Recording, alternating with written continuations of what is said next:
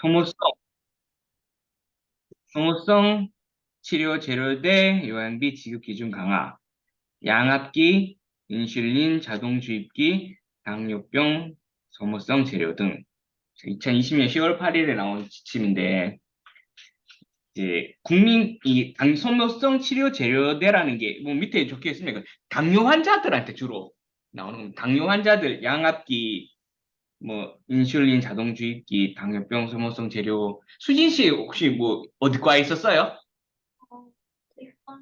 이거 알겠네. 그러면 양압기나 뭐 이런 거 이런 것들이 의료보험 영수증이 아니고 어떤 무슨 그 상사 이런 영수증으로 해서 발행이 되는 게 돼서 오는 게 있는데 그게 이제 그런 영수증에 관련해서 지급을 어떻게 하느냐 그런 거거든요. 혹시 그런 영수증 본 적 있어요, 수진 씨는? 상사 영수증. 하긴 거긴 상사에서 끊어주니까 병원에서는 모르겠다. 자, 여기 보면은 요양급여를 요양기관에서 치료받은 경우에 보상합니다. 약관상에는 그렇습니다. 당사 약관상에는 국민건강보험법상 요양급여를 요양기관에서 치료받은 경우 보상. 자, 의료기 상사 등 준요양기관, 의료기 상사라고 하면은 왜, 뭐, 보조기도 판매하고 무슨 의료기기를 판매하는 뭐 그런 데인데, 이런 곳에서 비용이 발생한 인슐린 자동 주입기, 양압기 등은 건강보험법상 요양비, 그러니까 요양급여가 아니고 요양비라고 해서 이제 미보장 영역이다. 이런 얘기고요. 그럼 요양급여와 요양비의 차이는 뭐냐?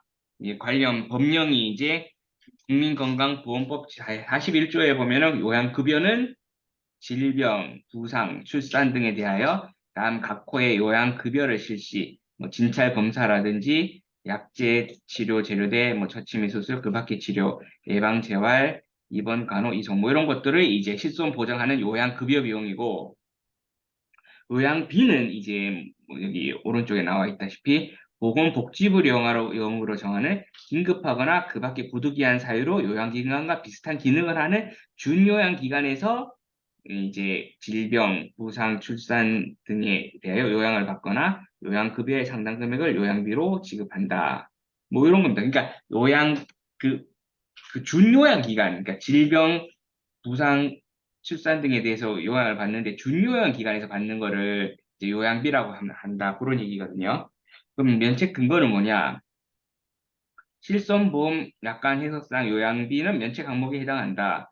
보장 범위는 이제 피보험자가 상해나 질병으로 인하여 병원에서 입통을 하여 치료받은 경우 의료비를 보상하는데 병원의 정의는 이제 국민건강보험법상에서 요양기관에서 정하는 국내의 병원 또는 의원이고 보장 금액은 국민건강보험법상에서 정한 요양급여 또는 의료급여 중 본인 부담금과 비급여 이런 걸 이제 지급을 한다고 약관상에 나와 있어요. 그러면은 자, 다음 장으로 넘어가면은 요양비 관련 당사 대부분 판례가 존재를 합니다. 이제 13년도에 양압기 청구권에 대해서 이제 소송이 들어가서 삼성화재랑 소송이 들어가서 대부분 판례가 있는데 입원 중 양압기 구입 비용은 입원 중 치료 비용으로 볼 수 없음. 그래서 뭐 내용에 보면 피보가 뭐 입원 기간 중 처방에 따라 양압기를 구입하여 의사의 지도하에 사용하였다는 사정만으로 피고가 이 사건을 양압기를 이용하여 입원 치료를 받았다고 보기 어렵고 뭐 이렇게 쭉쭉 나와 있습니다. 이게 저 자문에서 요양급여와 요양비는 별도 개념이다. 이게 지평의 이제 자문 결과 그 요양급여에 대한 규정은 여기에 이제 요양기관에 대해서 규정 드는 한편 준요양기관이나 요양기관의 장소에서 요양을 받는 요양비에 관한 규정은 별도로 두지 않고 있다. 법령 내에서도 요양비가 요양급여와는 구분되는 개념이 명확하고 우리가 이제 실손 약관은 요양급여 중에 본인 부담을 보상한다고 규정되어 있기 때문에 요양비는 실손의료비 담보 대상이 된다고 보기 어렵습니다. 그래서 실손의료비 담보 대상에 요양비까지 포함된다는 것은 무리가 있습니다. 라는 이런 법률적인 이제 그 해석이 자문이 이렇게 있는 이런 근거를 해서 이제 요양비라고 하는 요 부분에 대해서는 보상을 안 해준다. 이런 이제 그런 지침이거든요. 주요 면책하면 그 뭐 어떤 거를 안 해? 요양비가 어떤 게 있느냐? 보면 309쪽에 보면은 대표적인 게 이제 양압기. 그리고 당뇨병 관련 소모성 재료 이런 게 있는데 이제 양압기 치료 대여 대여든 뭐든 양압기 하는 치료하는 그런 부분 그리고 당뇨병 소모성 재료라 그래가지고 혈당 측정 검사지 뭐 체열침 인슐린 주사기 인슐린 주사 바늘 뭐 이런 건데 이런 것들이 병원 영수증에 들어오면은 우리가 처리할 수 있는데 얘네들이 병원 영수증으로 안 들어와요. 그러니까 요양기관이 아닌 요양원 그 뭐였지 준요양기관 거기 무슨 상사에서 이런 걸 구입을 해서 청구를 하거든요. 병원 영수증이 아니고 무슨 상사 뭐 지금 말했던 당뇨병 소모성 재료라든지 당뇨병 관리 기기 그리고 뭐 이런 것들이 다 무슨 상사에서 양압기 대여하는 것도 어디 병원에서 하는 게 아니고 무슨 상사 뭐 이런 데서 다 이거 하는 겁니다. 이 나와 있는 것들이 참 나와 있는 것들은 다 병원에서 하는 게 아니고 어디 의료기 상사에서 하는 거예요. 이런 것들이 근데 신기하게도 의료보험 처리가 돼요. 의료보험 처리가 영수증이 상사에서 발행한 영수증인데 의료보험 처리가 돼. 그 의료보험 처리가 되더라도 이제 이런 것들은 앞에 있는 이런 면책 근거에 의해서 준요양 기관의 요양비에 해당이 되기 때문에 실손의료보험에서는 면책한다 이런 거 얘기거든요. 뭐 산소 발생기, 뭐 도뇨 카테터, 인공호흡기, 기침 유발기 대여하는 거 이런 것들은 다 의료기 상사에서 하는 부분이기 때문에 이런 의료기 상사에서 들어온 영수증은 이렇게 면책을 하시면 됩니다. 그 아래와 같이 요양비 청구 시 약관상 보상 불가, 요양비 항목에 대해 병원이 처방전을 발행한 거예요. 처방전을 발행을 해요. 그래도 보상이 불가하고 우리 상사 발급 영수증상 급여 본인 부담금이 발생한 의료보험 처리가 된다는 얘기죠. 이런 것도 되긴 하지만 약관상 보상 불가하고 요양비 해당 항목이 병원 영수증에 포함되어 청구된 경우 이런 항목이 병원 영수증상에 포함되어서 청구된 경우도 면책이네. 면책입니다. 제가 아까 잘못 말했는데 이 병원 영수증상에 되더라도 이런 요양비 항목에 해당이 되는 거는 면책에 해당이 된다. 보통 이 병원 영수증에는 안 들어오고 이 의료기 상사 영수증에 대부분 들어오거든요. 그거를 잘 보시면 돼요. 의료비 상사 영수증에. 다만 03년 10월 이전 상해의료비 경우 지급한다. 이게 이제 국약 상해의료비죠. 국약 상해의료비는 우리가 공단 부담금이 또 지급하고 이게 총 그 발생 금액이 지급하는 거기 때문에 이게 이제 실손의료비 최근에 나오는 이런 뭐 국민건강보호법상의 급여 본위 부담 이런 개념이 없어요. 개념이 없어서 이건 이제 국약 상해의료비 경우에는 지급을 한다. 요 경우가 뭐만 지급을 하고 이제 근데 국유와 상해의료비는 앞에 뭐 당뇨 이런 거기 때문에 상해의료비로 거의 청구될 일은 없을 거예요. 당뇨 관련해서 치료한 거기 때문에 다 질병이라 해서 상해의료비 만약에 뭐 이런 건 아니 상해로 인해서 이런 뭐 요양비를 하는 경우라면은 지급을 한다 그렇게 알고 계시면 됩니다. 뭐 시행 시기는 2020년 10월 8일 지금 뭐 옛날 약 지침이라서 지금 다 시행을 하고 있는 지침이니까 그렇게 알고 계시면 됩니다. 자, 다음 310조. Q&A 또 있네. Q&A. 자, 그럼 Q&A 한번 봅시다. 요양비란 뭐 앞에 얘기했는 것도 똑같은 얘기인데 요양비란 뭐 이런 아까 얘기했던 그런 개념이고 그리고 뭐 요양비를 청구하기 위해서는 양 처방전이 필요한데 이런 것들이 있다. 양압기, 뭐 혈당 측정 검사지, 체열침 그런 내용이 있고 표준화 이후 모든 약관의 요양비는 면책 가능한가요? 요양비는 실손 의료비, 약관상 보상 범위인 국민건강보호법에 정한 요양급여 및 요양기관에서 발행한 비용이 아니므로 면책입니다. 다만 국약인 경우에는 이제 보상이 가능하다. 약관상 요양급여, 의료비법에 대해 의료법에서 정한 병원에 대한 정의가 그러니까 약관상이 좀 이게 뭐 불명확하기 때문에 뭐 보상을 한다 이렇게 되어 있습니다. 3번 병원 영수증에 양압기가 포함되어 발생한 경우에는 지급 가능한가요? 병원이 비용 청구의 편의를 위해서 그 병원 영수증 세부 내역서에 포함하여 발급하였다 하더라도 요양비 항목으로 확인이 된다면 면책입니다.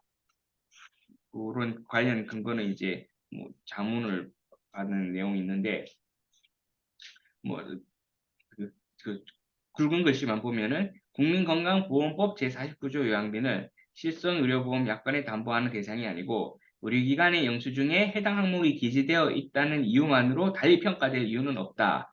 이 요양비 항목에 대해 보험금 지급 의무가 있다고 볼 수 없다. 그러니까 면책이라는 얘기죠. 영수증이 있더라도 요양비에 해당하는 항목이라고 들어간다면은 면책이고 해당이 안 됩니다. 근데 요양비 병원 영수증에서 잘 발행이 되는 건 거의 좀 못 받고 보통 의료기 상사 영수증으로 많이 들어와요. 의료기 상사 영수증은 많이 들어오는데 다 면책을 하시면 됩니다. 4번도 마찬가지로 의료기 상사 영수증에 공단부담금이 발생하면은 지급 대상인가요? 의료기 상사는 의료법에서 정의한 병원이 아니므로 면책이고 요양비는 공단에서 일부 부담하여 공단 부담금이 발생합니다. 그러니까 요양비를 의료보험 공단에서도 일부 부담을 하는 그런 항목이 있어요. 전체 다는 아니고 뭐 일부 그런 항목이 있는데 그렇게 공단 부담금이 발생을 하였더라도 요양비는 면책이다 이런 얘기입니다. 뭐 예시가 있는데 잘 안 보이죠? 5번 병원에서 발급된 처방전과 함께 청구된 요양비는 지급하나요? 요양비는 지정된 양식의 처방전 지출이 필수이므로 예시와 같은 처방전 청구 시에는 이제 요양비로 포함 면책 진행한다. 뭐 이런 게 많이 들어와요. 요 밑에 보이는 이런 당뇨병 환자 소모성 재료 처방전 이렇게 처방전이 많이 들어오는데 마찬가지로 다 면책입니다. 병원에서 뭐 당연 처방을 했더라 소모성 재료 뭐 이런 거 처방을 해서 이제 요걸 가지고 와서 의료기 상자에서 구입을 해요. 그 의료기 상자에서 구입을 하는데 자, 그런 것도 다 면책에 해당이 됩니다. 입원 중 의사의 처방에 따라 약기를 구입 후 퇴원한 경우 입원 치료로 인한 비용으로 부과 지급이 가능한가요? 입원 기간 동안 의사의 처방에 따라 구입한 경우에도 주거 등에서 사용하기 위함이고 담당 의사가 올바른 사용을 위해 지도하고 검사하는 것은 입원 중 치료 비용으로 보기 어렵다. 그러니까 뭐 면책이라는 얘기죠. 약기를 구입 후 퇴원한 경우에도 면책에 해당이 된다. 이렇게 보시면 됩니다.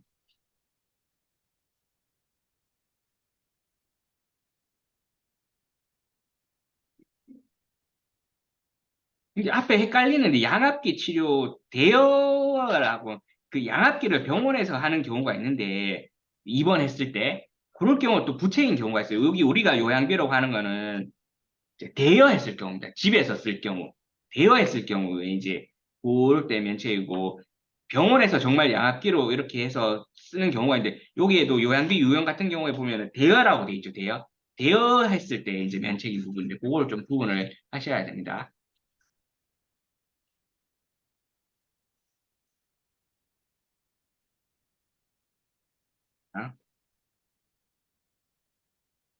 314쪽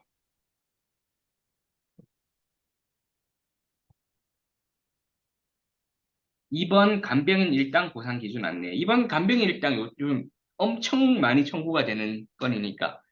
배웠죠? 이거 간병인 일당에 대해서? 어떻게 주는지? 안 배웠나? 배웠죠? 아, 처음 들어봐요. 이 담보 자체를 처음 들어봐요? 아, 이건 없구나. 하긴 여기에 나온 게 얼마 안 됐어요. 나온 지 얼마 안 돼서. 한 2년쯤 됐나?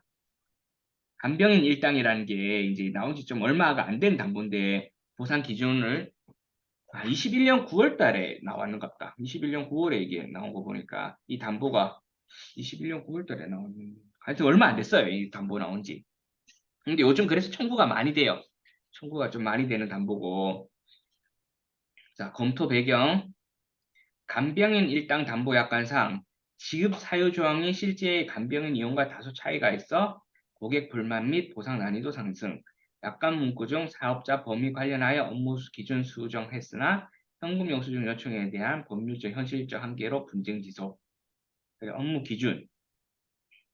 자, 업무 기준 같은 경우 간병인이 이제 뭐냐?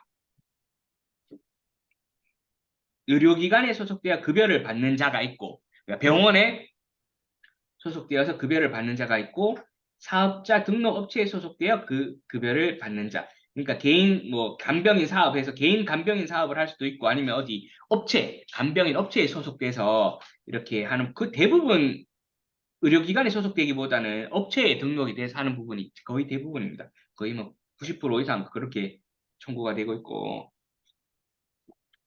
그리고 사업을 위해 등록하죠. 개인적으로 개인 간병이라 해서 업체가 아니고 본인이 직접 이제 그 개인 간병원으로 그 사업자를 등록해서 그렇게 하시는 분들도 있어요. 그런 분들인데 이런 것도 다 간병인에 들어갑니다. 자, 그러면 청구 서류는 어떻게 되느냐? 간병인 사용기간 및 금액이 기재된 영수증, 간이 영수증 제외, 카드 전표 혹은 현금 영수증 이렇게 돼 있는데 뭐 어차피 그 영수증을 받으실 간이 영수증도 많이 들어와요. 근데 간이 영수증은 또 뭐 일단 들어오긴 하지만 카드 전표 혹은 현금 영수증을 주로 받아야 되는데 간이 영수증도 들어오긴 하는데 뭐 제외라고는 돼 있지만 현재는 좀 인정을 하고 처리는 하고는 있습니다. 네, 뭐 원칙적으로는 제 현금 카드 영수증이나 현금 영수증을 받으셔야 되고 뭐 사업자 등록증을 받으셔야 되고 이분이 의료기관에 뭐 소속되어 있지 않으면은 그 사업자 등록이 돼 있는 그 개인 사업자 등록증이라든지 아니면 업체 사업자 등록증을 꼭 받으셔야 됩니다. 요거는 근데 잘 요즘은 좀 잘 들어와요. 이후에 하도 우리가 얘기를 했기 때문에 청구를 할 때 이런 것까지 다 좀 청구가 되긴 하는데 이거 그래도 안 들어왔으면은 요청을 하셔야 됩니다. 간병인 정의 및 영수증 진구 요건을 좀 현실적으로 범위를 확대했고 직업 소개서 등의 이제 간병인 관련 서비스를 제공하는 업종도 다 허용을 하기로 했습니다. 아, 밑에 여기 있네. 현금 영수증, 카드 전표 외 필요 정보가 기재된 간이 영수증은 또 허용을, 네, 간이 영수증도 지금은 허용을 하고 있어요. 현금 영수증이나 카드 전표 외에 이제 필요 정보가 기재된 간이 영수증도 허용을 하고 있고 보상 시 확인 필수 정보 및 진구 서류 예시, 거래 정보가 있는 것, 기간, 금액, 간병인 정보, 기재된 업체 발행 서류, 그런 간병 확인서라든지 이런 게 있어야 되고, 거래 방법에 따른 추가 입증 내역, 뭐 간이 영수증이나 계좌 이체 내역, 이런 거 받으시면 되고, 업체 정보는 사업자 번호, 업종 기재된 사업자 등록증, 사업자 등록증 이거는 잘 들어오는데 없으면 받으셔야 됩니다. 사업자 등록증은 있어야 됩니다. 사업자 등록증이 있어야 되고 간병인 정보, 재직증명서나 뭐 간병인 소속 확인 가능한 서류 이런 것들이 같이 들어와야 됩니다. 이런 것들이 필요한 서류입니다. 간병인 일당 보상을 할 때. 뭐 공지의 즉시니까 지금도 다 계속되어 있죠. 간병인 일당 뭐 어떻게 보상한지는 그거는 뭐 실무에 아마 나 배운 간보를 처음 들어봤다고 하니까 뭐 어차피 실무에 나가서 뭐 보시면 되고 간병인 일당을 할 때 필요한 서류들을 저희 말씀드렸습니다. 어, 다음 거 이거는 315쪽. 이거는 이게 이제 바뀌어서 314쪽이 됐어요. 315쪽 이게 처음에는 이렇게 나왔다가 같은 건가? 잠깐만 보자. 아, 이게 같은 건 아니고, 이게 315쪽이 이제 좀 너무 좀 기준이 까다로워서 314쪽에서 수정이 됐었어요. 이게 그때 당시에. 그러니까 315쪽은 이거는 어차피 이거 14쪽으로 수정된 거기 때문에 315쪽은 이거는 안 보셔도 될 것 같네요. 이거는 그냥 X 쳐놓으세요. X. 이거는 어차피 지금 14쪽으로 수정이 됐다. 그러니까 315쪽 이거는 아니다. 이렇게 생각하시면 됩니다. 이게 314로 바뀐 거예요. 바뀐 거. 이거는 없애지. 이걸 왜 여기다 갖다 놨는지 모르겠는데 315쪽은 X 하시면 될 것 같습니다.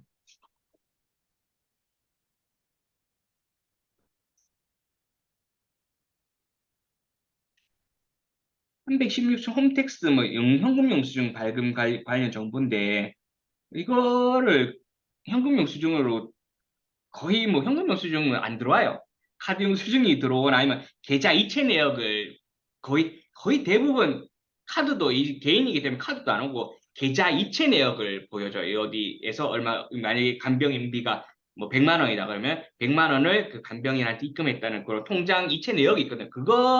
그게 한 90% 이상 그게 들어오기 때문에 또 현금 영수증 발행 이런 것도 거의 없고 뭐 정보라고 해서 그냥 알려주긴 했는데 이거는 뭐 크게 이게 쓰이지 않는 거기 때문에 현금 영수증으로 발행을 거의 안 해봅니다. 뭐 이런 거 있다는 것만 알아두시면 될 것 같고 크게 뭐 중요치 않기 때문에 넘어가도록 하겠습니다.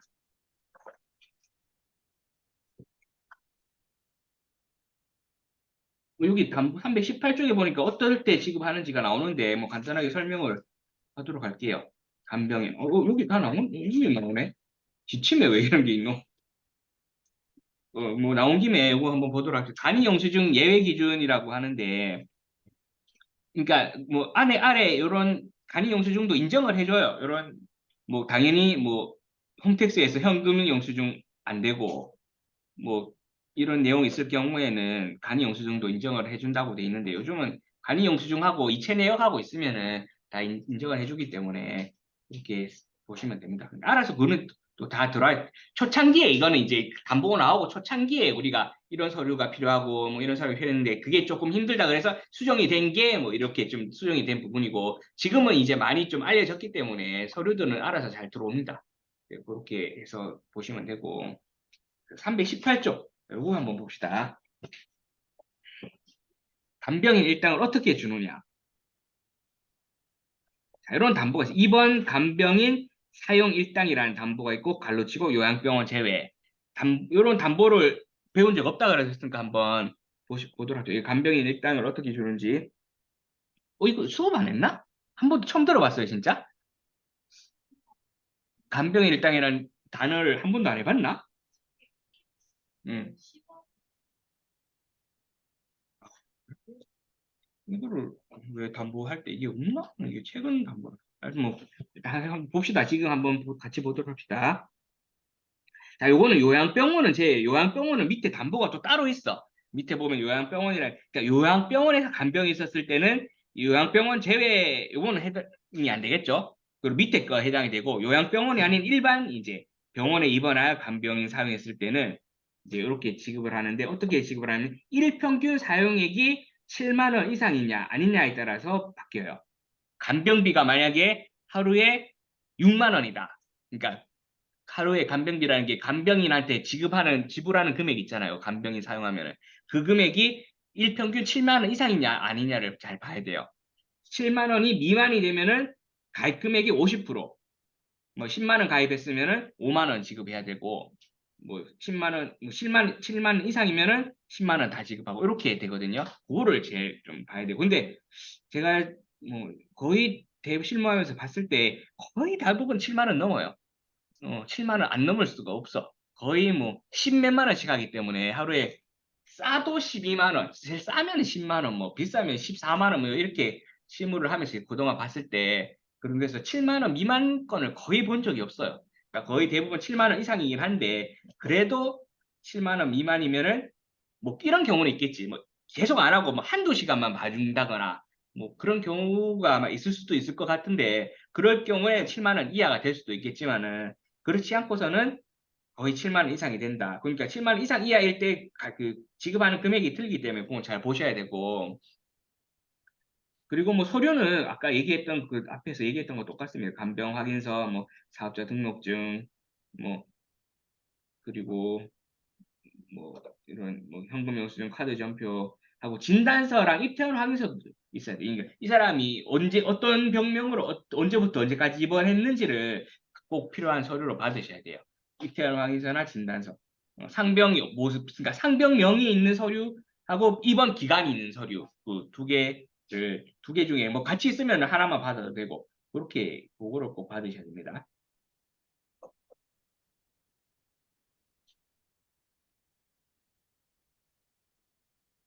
자, 밑에 요양병원에 입원한 담보 요거는 이제 요양병원에 입원했을 때인데 요양병원에 입원했을 때는 일일당 3만 원. 갈 금액이 좀 작아요, 요양병원에. 요양병원은 일일당 3만 원으로 이렇게 지급을 하면 되고. 자, 밑에 이제 간호간병 통합 서비스 사용 일당이라는 게 있어요. 간호간병 서비스 사용 일당.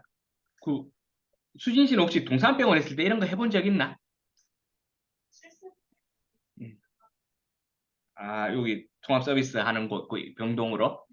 그런 병동에 이제 가서 큰 병원에 가면은 간호간병 통합 서비스라는 그런 게 있어요. 이게 이제 뭐 간호사분들이 이렇게 아마 그 좀 케어해주고 이런 게 있는 건 나도 아마 안 해봐서 모르겠다만 그런 거 같은데 이제 이런 좀 간병인을 대신해서 이제 그렇게 좀 되는 그런 서비스가 병원에 가면 있는데 그런 거를 했을 때 이제 사용 시 1일당 2만 원. 2만 원인데 요런 거는 이제 이 간병인을 한 게 아니기 때문에 위에 있는 간병인 서류를 받는 게 아니고 세부 내역서를 받으셔야 돼요. 세부 내역서. 진료비 세부 내역서에 보면은 간호간병 서비스 수가가 있어요. 수가. 그 지금 이렇게 보이는데 AV로 시작하는 게 있거든요. 그 간호 수가가 여기 지금 이게 쳐져서 잘 안 보이는데 그 AV예요. AV. 그 진료비 세부 내역서에 보면은 그 수가를 나타내는 코드가 있는데 AV로 시작하는 요 코드가 간호간병 서비스 코드거든요. 이런 코드가 있으면은 그 간호간병 서비스를 받았구나. 거기에 있는 그 사용 일수가 나와요. 그 사용 일수에 따라서 요거를 지급을 하시면 됩니다. 뭐 진단서나 입장항에서는 또 당연히 받아야겠죠. 이렇게 해서 요가 세 가지 이렇게 담보가 있어요. 간병 상해하고 질병 뭐 각각 있고 중요한 걸 얘기하는데 간편보험 같은 경우가 있어요. 무슨 유병력자 상품이라든지 간편보험이라든지 그리고 상품명에 유병력자 뭐 간편보험 이런 보험은 1년 내에 그 하시면은 50% 1년 가입한 지 1년 이내에 그 보상을 받게 되면 50%를 지급을 합니다. 이런 경우도 좀 다른 경우도 많이 봤죠? 간편보험 이런 거 뭐 질병 통원 수술비라든지 이런 것도 다 1년 이내 50% 주듯이 요 담보도 마찬가지로 1년 내 50% 줍니다. 대신 상해는 해당이 없고 질병일 경우에만 질병일 경우에만 1년 내 50% 줍니다. 밑에도 마찬가지고 다른 그 간호간병 통합 서비스 일당도 마찬가지입니다. 음. 감액 적용된 상품이 유병장수 이런 상품들, 유병력자 이런 상품들이 되는 거고 백19 쪽 보면은 뭐 사업자 등록증하고 뭐 이런 거 있는데 이런 것들은 나중에 보시면 되고 그게 지금은 중요하지 않습니다. 사업자 등록증하고 뭐 확인서 확인하는 거고 320쪽에 이제 보면은 이제 어떻게 지급을 하는지를 나와 있는데 자, 입원 간병인 사용일당 이제 요양병원 예시될 때인데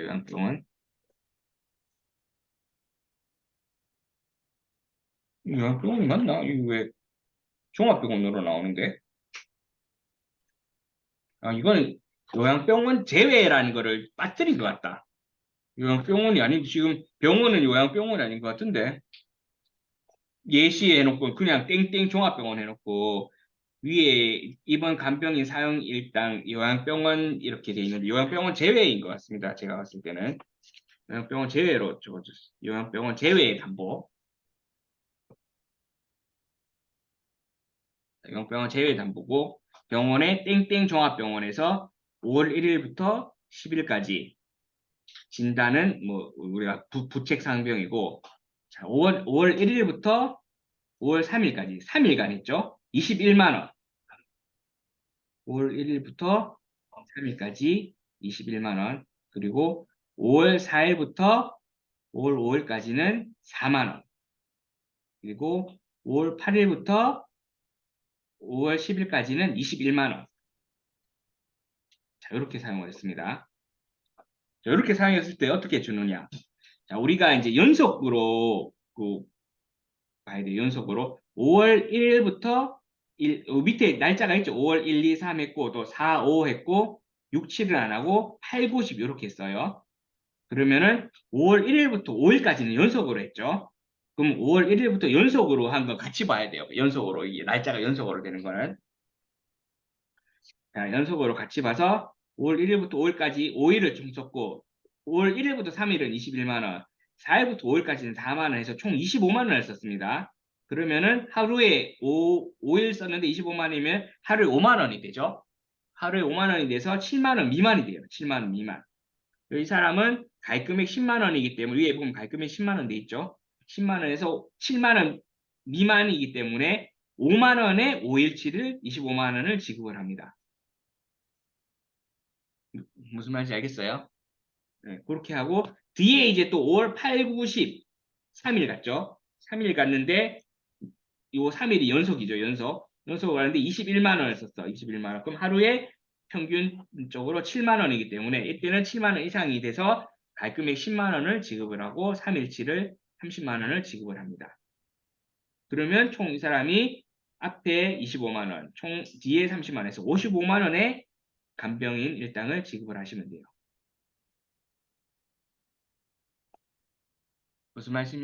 무슨 말인지 알겠어요? 이해가 돼요? 근데 아까도 얘기했다시피 이거는 이제 뭐 예시일 뿐이지 실무적으로는 7만 원 이하는 거의 없더라. 뭐 그렇게 생각을 하시면 돼요. 뭐 이거는 이제 예시로 봤을 뿐이지 이렇게 계산을 한다는 거지. 7만 원 5월 4일하고 5일 이틀 했는데 이 4만 원만 뭐 이렇게 하는 건 잘 없어요. 거의 뭐 7만 원 다 넘어서 그러니까 만약에 경우가 있다면 이렇게 지급을 계산을 해야 된다 이렇게 생각하시면 돼요.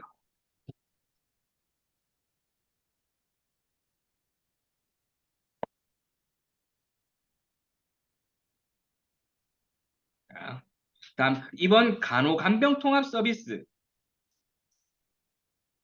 자, 여기 보면 이제 땡땡 종합병원에서 5월 1일부터 3일까지 진단명 A 상병으로 했다. 그래서 요거 아까 말씀드렸다시피 간호간병 통합 서비스는 그 진료비 세부 내역서를 봐야 되는데 진료비 세부 내역서에 보면 이렇게 돼 있어요. 여기 보면 여기 앞에 맨 숫자 코드가 나오는데 AV로 시작하죠. AV 152 AV로 시작하는 거는 이거는 간호간병 통합 서비스에서 사용한 그런 코드거든요. 그러니까 요 코드가 며칠을 사용했는지를 보시면 돼요. AV 코드로 며칠 사용 일수가 이틀이죠. 이틀. 그러면은 이 사람은 간호간병통합 서비스 사용 일당을 2일치를 지급을 하시면 되는 겁니다. 2일치. 그러니까 하루 2만 원이니까 2일치 하면 4만 원. 4만 원을 지급을 하시면 됩니다. 뭐 이거는 간단하죠. 이거는 뭐 간단합니다. 이렇게 보면 되고. 예, 끝났네. 간호간병 이렇게 계산을 하시면 된다라.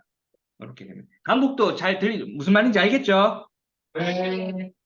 혹시 뭐 강북이나 대구나 여기까지 했는데 좀 뭐 이해가 안 되거나 질문할 거 있는 사람? 뭔데? 들었는데 응, 이거 그 의료 상사에서 응, 하는 거요. 응. 대여만 그렇게 되는 거라고 말씀하신 거예요? 양압기만. 다른 거는 대여할 게 아니고. 그럼 자, 양압기 내가 뭔지 몰라서 그런데 이 대여만 하는 거고 실제 구매하는 건 아닌 거예요? 구매를 거의 안 하죠. 그 비싼 거를 누가 그 조건 이거 하고 좋아해 주는 게 아니라 비싼 거를 그 구매를 안 하고 어차피 구매나 마찬가지입니다. 뭐 그거는 그러니까 집에서 뭐 이렇게 양압기 쓰고 이런 건 안 되는 거지.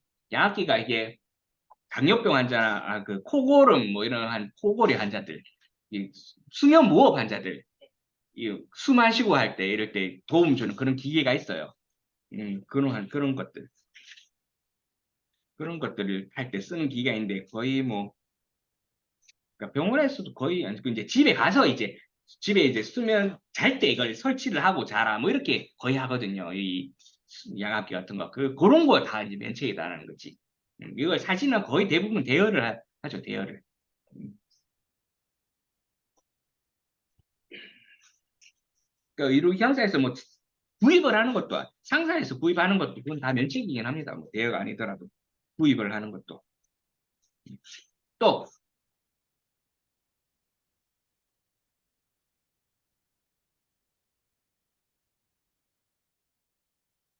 없으면은 그러면 321조 갑상선 고주파 절제술 심사 운영안.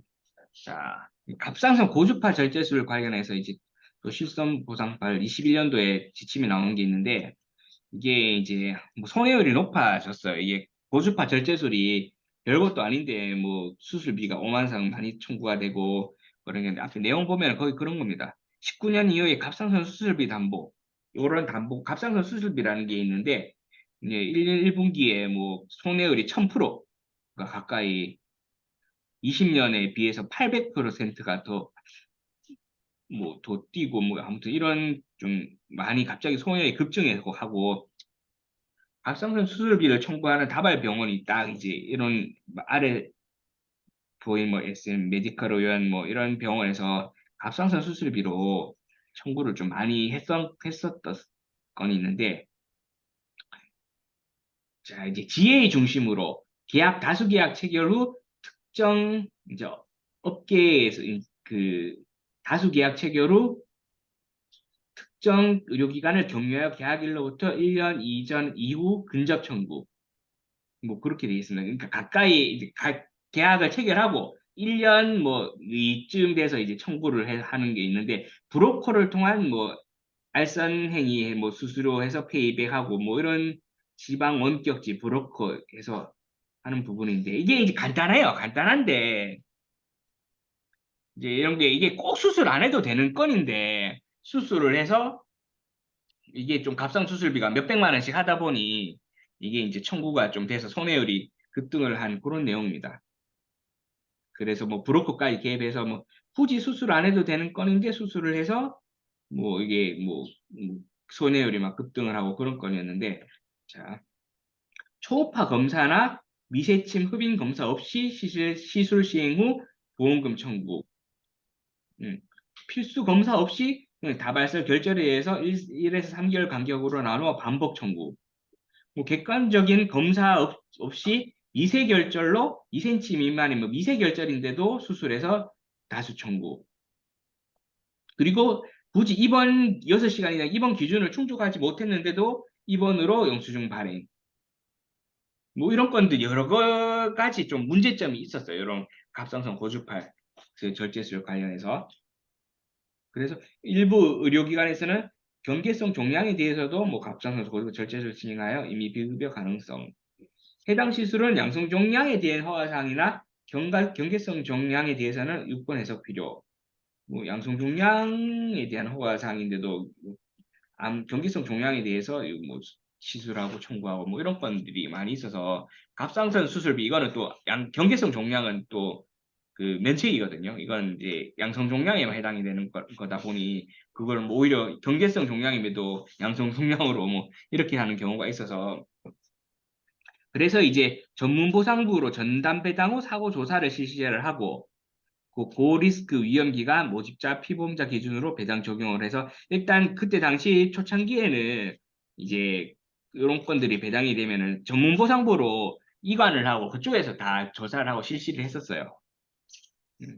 그런데 이제는 이제 배당받은 이제 좀 전부 다 가는 게 아니고 뭐 일부 또 지금도 가긴 가겠지만 우리한테도 가끔씩 떨어져서 이외에 이제 유용 배당받은 부서에서 이제 우리가 판단을 해야 되는데 뭐 고리스크는 다 전문으로 가고는 있는데 이러지 않은 이상은 이제 또 우리 쪽으로 떨어져서 우리가 이제 좀 조사 기준을 보고 외부 심사를 나가야 됩니다.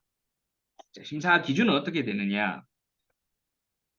필수 조건을 모두 만족하고 선택 조건 두 가지 이상 해당 시에는 조사를 실시하는데 일단 진단명이 갑상선 결절, 양성 신생물 D204, D34 주로 이제 204로 청구를 하고 이런 5대 특정 질환 수술비, 갑상선 질환 수술비, 15대 질병 수술비, 입통원 수술비 등 갑상선 진단 결정에 따라 수술이 이제 보상 가능한 수술비 담보를 청구를 했을 때 그렇게 되고 그리고 경피적 레이저 치료술 뭐 PZ611, 뭐 612 이런 고주파 열치료술 이런 건들로 이제 수술했을 간단한 수술인 거죠. 이런 건들이 간단한 수술로 했을 때 이제 이런 거는 이제 필수로 하고 이제 이 선택 요 중에 앞 밑에 있는 선택 중에 두 가지 이상이 해당이 되면은 이제 조사를 실시를 해야 됩니다. 조사 외부 심사.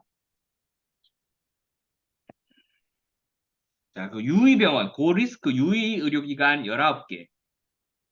19개가 아까 여기 보면은, 앞에 보면은 10개가 있고, 이거 이외에 9개가 더 있는데, 여기 나와 있으면, 없나? 병원 리스트가 여기 나와 있지는 않은데, 요거는 각 보시면은, 이런 리스트가 있으니까, 만약에 청구가 되시면은, 그 지침, 예, 그 장보고 위키에 가면은 이런 리스트가 있습니다. 그거 보셔가지고 보시면 되고, 우선, 뭐, 요런 건들이 요런 병원에서 청구가 된다거나, 뭐, 화재 전문 장기보상부가 지정하는 유의 모집자 또는 유의 피보험자거나, 계약일로 2년 이내 청구권이거나, 그게 모집자 본인 청구권이거나, 그리고 당사 포함, 다수계약 그 포함 1천만 원 이상, 업계에 1천만 원 이상 이제 가입 담보가 1천만 원 이상 가입이 되어 있거나 그리고 결절이 2cm 미만이거나 또 반복 청구, 갑상선 수술비 또는 실손남보 2 이상 반복 청구를 하거나 백내장 수술비, 뭐 기보험금 수령자라든지 요럴 때 여기 중에 두 가지가 이상 해당이 되면은 이제 외부 심사를 나가시면 됩니다. 이제 갑상선 고주파 절제술 청구했을 때입니다. 갑상선 고주파 청구서로 이런 수술비 담보를 청구했을 때 여러분들은 뭐 당분간은 이런 건들은 거의 없을 거예요. 뭐 당분간은 하고 이제 조금 이제 연차가 되고 해서 이제 좀 고난이도도 받으면 이제 이런 건들이 떨어질 수 있으니까 그런 거에 대비해서 지금 교육을 하는 거고 단계별 업무 처리 가이드를 보면은 운영안 중에 기재되어 있는 사고 조사 의뢰 기준을 참고를 하고 뭐 서비스 전문에서 하고 뭐 조사를 이제 진행을 합니다. 조사를 진행을 쭉 하고 뭐 고지 위반 시에는 면책하고 허위 청구서류 위본 변조 확인 시에도 면책을 하고 뭐 이외의 사항은 면부책 판단 세부 심사 기준에 따라 업무 적용을 하면 됩니다. 뭐 이런 거 있으면 이제 의료 심사를 올려서 이제 결과를 가지고 이게 면부책을 올리시면 돼요. 의료 심사로.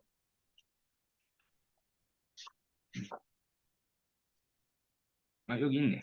자, 그 325쪽 보시면은 의료 자문 결과 및 법원 판단 사항, 음, 대한영상의학회 가이드라인에 따른 적응증 및 시행 기준 부합 여부, 수술 전 조직 검사 결과 영성 결절로 진단되어도 미세한 결절은 증상이나 미용상에 문제가 없기 때문에 그 수술이 불필요하다. 인물감 등의 이제 환자 요청만으로 수술을 시행할 수 있는지 여부를 보고 주관적 증상이 수술 시행의 가장 중요한 판단 요소는 아니고 갑상선 암과 같은 가족력, 임상적 촉진 등을 참고를 해야 되고 병리 검사 없이 그냥 초음파 검사만으로 수술 방법을 시행할 수 있는지 여부에는 이제 조직 검사 없이 수술을 권고하지 않으며 수술을 위해서는 양성, 악성 여부 확인이 타당을 하다. 최근 법원에서도 작은 갑상선 결절에 세포 검사도 없이 시행한 고주파 절제술 필요성을 인정하기 어렵다고 판단했다. 뭐 법원에서도 이제 작은 갑상선 결절 세포 검사도 없이 시행한 거는 고주파 절제술이 필요 없다. 뭐 이렇게 인정을 내린 부분도 있습니다. 통상 이제 갑상선 학회에서 나온 공고 기준을 보면은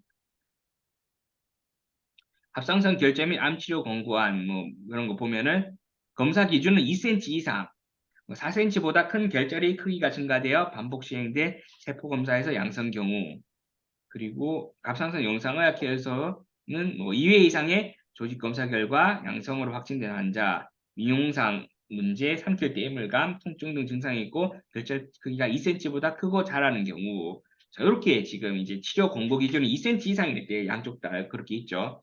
그래서 이제 보상 지침, 처리 지침이 나온 게 음, 판단 기준은 이제 정액담보 수술비 담보 같은 경우에는 여기 왼쪽에 있는 갑상선 영상의학회 기준이나 갑상선 영상의학회 뭐 여기 나와 있는 기준 여기 오른쪽에 있는 요거죠. 대한 갑상선 영상의학회 기준. 그러니까 우리는 이런 뭐 오면은 의료 심사를 올리면 되고 심사자들이 이제 이걸 보고 기준에 충족하는지 아닌지를 좀 면보책을 판단을 해주니까 우리는 뭐 심사를 올리면 되지만 어떻게 할 때 면책인지 부책인지를 뭐 알고는 계셔야겠죠. 그래도 그러니까 기준이 갑상선 영상의학회 기준이라고 보시면 됩니다. 정액담보, 수술비 담보는 그렇게 하고 실손의료비 담보는 이제 6시간 이상이냐, 6시간 미만이냐를 봐야 되는데 이번 시간이 6시간 이상이면 부책 처리를 하고 6시간 미만이면 외래로 청원 처리를 하시면 됩니다. 그 사고 조사를 거부했을 경우 사고 조사를 거부했을 경우에는 면답서 시 문답서 작성도 거부하고 서류 제출을 거부를 한다. 그러면 협조 공문을 등기로 발송하고 추산을 잡은 다음에 미결 관리를 하셔야 됩니다. 지급 보류를 해야겠죠. 지급 보류를 하시면 됩니다.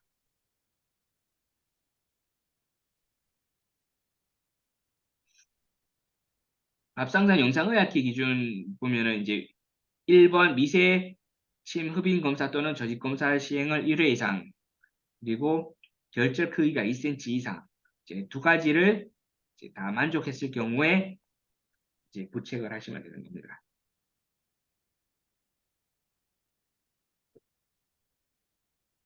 기타 사항은 뭐 화재 전문부 뭐 이런 부분이기 때문에 크게 상관없는데 수사 의뢰 검토하고 뭐 이런 겁니다. 화재 전문부에서 사고 다발자나 뭐 이런 부분에 대해서 뭐 수사 의뢰를 하고 뭐 이런 내용이기 때문에 우리랑 크게 상관이 없는 부분입니다. 26조 기타 사항에 대해서는. 그래서 뭐 시행 시기 및 교육 일정도 2021년부터 나왔기 때문에 다 지금 시행을 하고 있는 부분이고 문제 청구되는 부분에 대해서는 그렇게 진행을 하시면 됩니다. 합상선 고주파 열치료소 Q&A 한번 보도록 할게요. Q&A. 현장 조사 시 고객이 조사를 거부하거나 의료 자문 동의를 거절할 경우에는 뭐 사전 부여 시 입력을 하고 의료 현장 협조 공문을 발송을 하고 보험금 지급 보류 및 미결 관리를 하시면 되고 현장 조사 시 고객이 제3의료기관 의료 자문을 동의하는 경우 주의사항은 무엇인가요? 이제 의료기관에 자문 동의를 했다고 해서 보험금을 지급을 하는 게 아니고 이거 자문을 통해서 이제 그 적정 치료 면부책 여부를 결정을 하는 거기 때문에 이게 하신다고 해서 뭐 지급이 됩니다. 이렇게 면담을 하시면 안 된다는 걸 주의를 하시면 될 것 같고 뒤에 329쪽을 보면은 협조 공모 체번은 어떻게 하면 되나? 이거는 뭐 저희 크게 상관없고 우리 자동으로 전산으로 나오니까 이거는 뭐 우리랑 상관이 없는 부분이고 틀린 종결 기준은 어떻게 되나요? 뭐 이거는 뭐 협조 공문 발송하고 현장 조사 시행을 해서 의료 자문 결과에 따라 면부책 처리 후 종결하시면 됩니다. 자, 5번. 수술 기록지 등에서 결절 크기가 2cm 이상인 경우에도 현장 조사를 시행해야 되나요? 그 2021년 11월 1일 청구권부터 갑상선 결절 크기가 2cm 이상인 경우에도 현장조사 및 의료 자문을 시행한다. 2cm 이하는 수술 적정성, 2cm 이상은 결절 크기 검증 필요하기 때문에 뭐 현장조사 및 의료 자문을 실시를 해야 된다고 되어 있습니다. 그렇게 계속 그 갑상선 고주파 열치료술 관련해서는 그렇게 지침이 나와 있습니다. 근데 여러분들은 뭐 당장은 안 하겠지만 나중에 추후에 청구가 잘 안 돼요. 요즘은 우리한테 안 오는 건지 전문 부서로 빠지는 건지는 모르겠는데 저도 이 건들에 대해서 청구된 건을 본 지가 좀 오래된 그렇게 우리가 개도를 해서 좀 안 할 수도 있고 이제 이런 것들이 이제 좀 많이 정화가 되는지는 모르겠는데 요새는 좀 청구가 거의 잘 없어요. 잘 없어서 저도 본 지 오래된 것 같은데 그렇게 보시면 되고 하이프 331조 하이프 지급 기준에 대해서 볼 텐데 한 10분간 좀 쉬었다 갑시다. 네. 10분간 쉬었다가 하도록 하겠습니다.